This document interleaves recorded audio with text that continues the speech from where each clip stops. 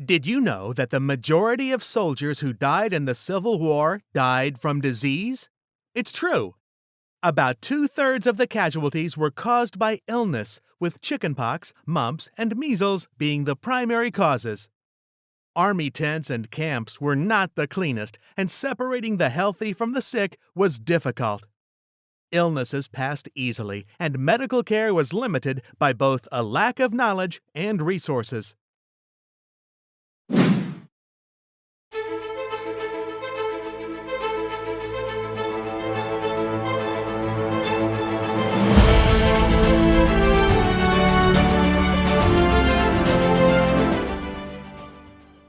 Civil War in the making. The events that drove the North and South apart led to a civil war that would forever change America. Throughout this video series, we will be looking at how early America often struggled as it expanded geographically and developed politically, economically, and socially.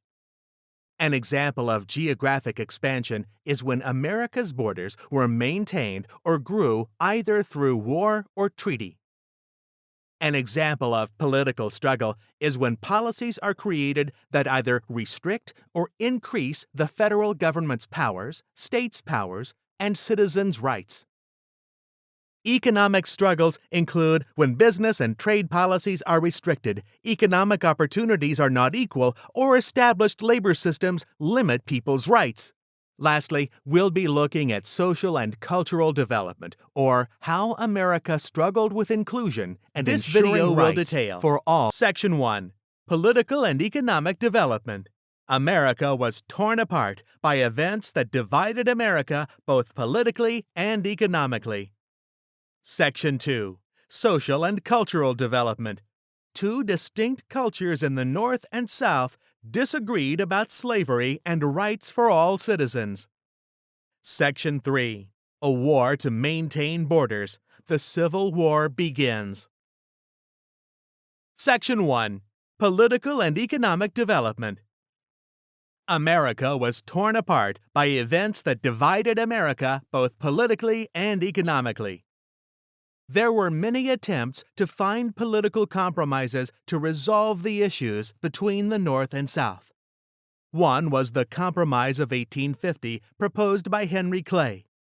According to this plan, the state of California would also be a free state. Still, New Mexico and Utah would be permitted to hold a vote among their residents about allowing slavery or not.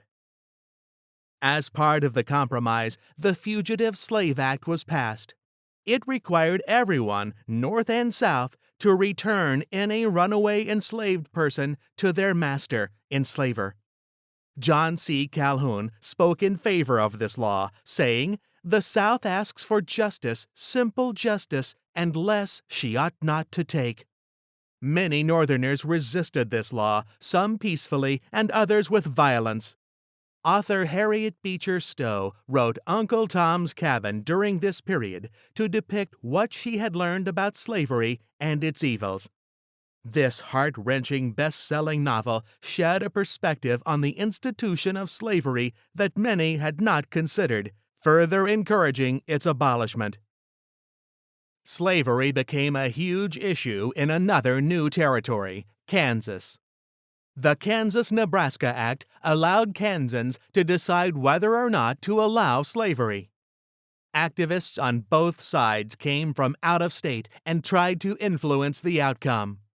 The result was two separate governments, one on each side, and a lot of violence. These events became known as Bleeding Kansas. Abolitionist John Brown and his followers killed 5 pro-slavery advocates. He claimed to be following directions from God. In the end, Kansas became a free state, but it was not a peaceful process. And it was not over. A Supreme Court case declared it unconstitutional for the federal government to forbid slavery in territories or states. The Dred Scott v. Sandford case in 1857 also stated that enslaved people were not citizens and had no rights which the white man was bound to respect. Politically, the compromises had tried and failed to find a middle ground. The North and South were moving farther apart politically, and violence was breaking out. The issue of slavery was especially heated. In 1858, John Brown tried to spark a rebellion among enslaved people in Harper's Ferry, Virginia. He was not successful and was convicted of treason. Many Southerners worried that others would repeat what he had tried to do. In the election of 1860, there were four major candidates: Abraham Lincoln, a Republican; Stephen Douglas, a Northern Democrat; John C. Breckinridge, a Southern Democrat; and John Bell from the Constitutional Union Party. Lincoln won. Even though he was not initially an abolitionist, in his inaugural speech, he promised not to end slavery as it existed at the time, but the Southern states did not trust him. In fact, South Carolina formally seceded before Mr. Lincoln's first day as president. Who was required to return runaway enslaved people to their enslavers under the Fugitive Slave Act? Everyone. Everyone in the South. Everyone in the North. Everyone in the Western Territories.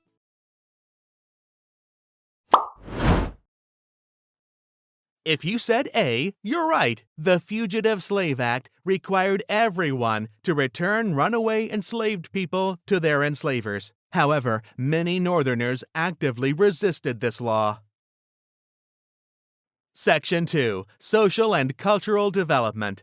Two distinct cultures in the North and South disagreed about slavery and rights for all citizens. The population in the North and South differed in ways that became important during the Civil War. First of all, there were far more people in the North than in the South, a difference of about 22 million to 5.5 million. A large percentage of the people in the South were enslaved people of African descent. Northerners were also more likely to live in cities, and most of the country's wealth was located there. Northern states had the majority of roads and railroads, making transportation of people and supplies much easier than in the South. Southern states did have plenty of food from their farms, but otherwise they were at a disadvantage in terms of population and resources. There were significant cultural differences between the regions as well. Remember that most Northerners thought slavery should be outlawed in new states. Many argued that slavery was immoral. Instead of using enslaved people for labor, Northern businesses used child labor, women, and immigrants to work in factories. Southern states argued that enslaving people was their constitutional right. Enslaved people were considered necessary property for the large cotton plantations in the South. Southern states wanted slavery to be allowed in new states. This would help increase their political influence in the federal government. The movement to end or abolish slavery, also known as abolitionism, was centered in the North. There were many outspoken leaders like Frederick Douglass and Sojourner Truth, both of whom had been formerly enslaved. Both Douglass and Truth were frequent public speakers and published books detailing their own experiences. On July 4, 1852, Douglass said, "The blessings in which you, this day, rejoice are not enjoyed in common. This 4th of July is yours, not mine. You may rejoice. I must mourn." Which region had a higher population, more roads, and more railroads? The South, the North, the West.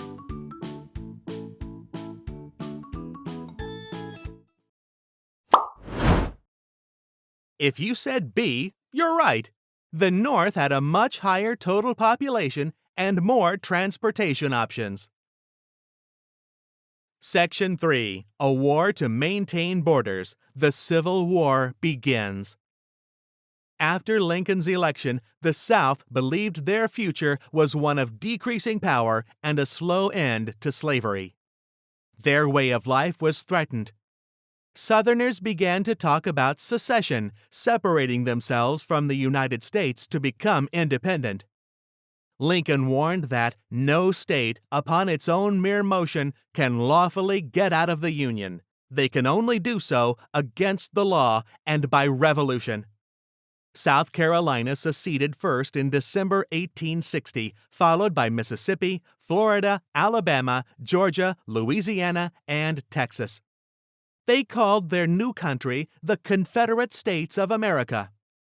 They were later joined by Virginia, Arkansas, North Carolina, Tennessee, Missouri, and Kentucky.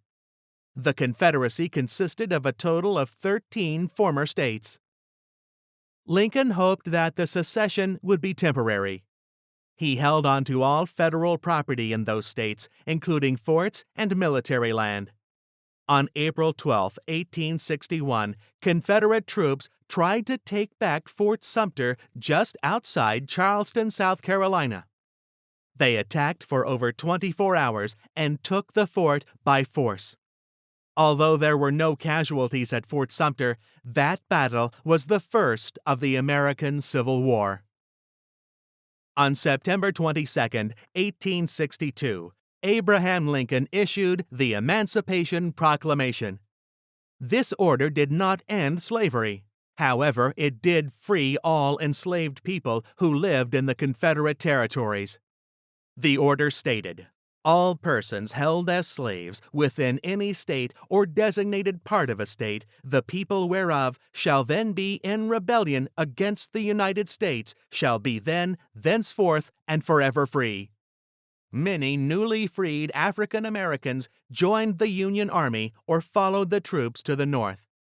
Because of this, the economy of the South, which was highly dependent on slave labor, suffered. Enslaved people were not welcomed as soldiers for the Confederacy, though they were sometimes forced to work in support of the Army. Freed and escaped enslaved people were allowed to fight for the Union Army. The 54th Massachusetts Infantry Regiment was the first black regiment to be raised in the North. Many of the 54th soldiers did not even come from Massachusetts. 1/4 came from slave states and others from the Caribbean. In all, 179,000 black men fought for the North, which comprised approximately 10% of the Union Army. The war lasted until April 9, 1865, when General Lee surrendered to General Grant at the Appomattox Courthouse. By the end of the war, over 600,000 Americans had died. Slavery had ended in the South. The economy of the South was ruined, and many newly freed African Americans lacked housing and employment. The Union had held together but was in disarray. Portions of the nation needed a lot of work to rebuild physical structures, and the whole country needed to address the underlying differences that had started the conflict in the first place. Also, tensions and differences between the North and South did not magically disappear. These tensions would continue to influence politics for decades and may still exist today. Who said it, a Northerner or Southerner? I believe this government cannot endure permanently half slave and half free. I do not expect the Union to be dissolved.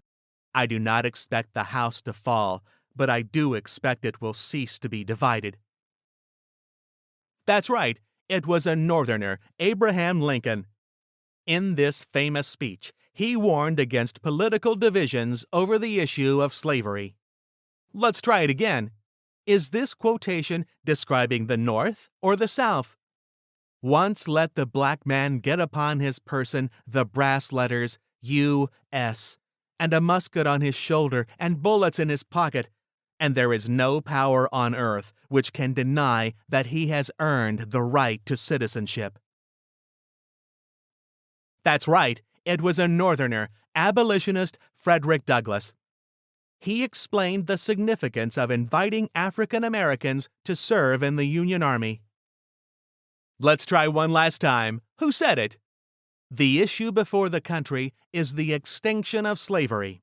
The Southern states are now in the crisis of their fate, and if we read aright the signs of the times, nothing is needed for our deliverance but that the ball of revolution be set in motion. That's right, it was a Southerner. This is an excerpt from a news article published in the Charleston Mercury on November 3, 1860. That was just over a month before South Carolina seceded from the Union. Today, the population of the United States is still debating intensely about political policy and what is right for America. Consider this.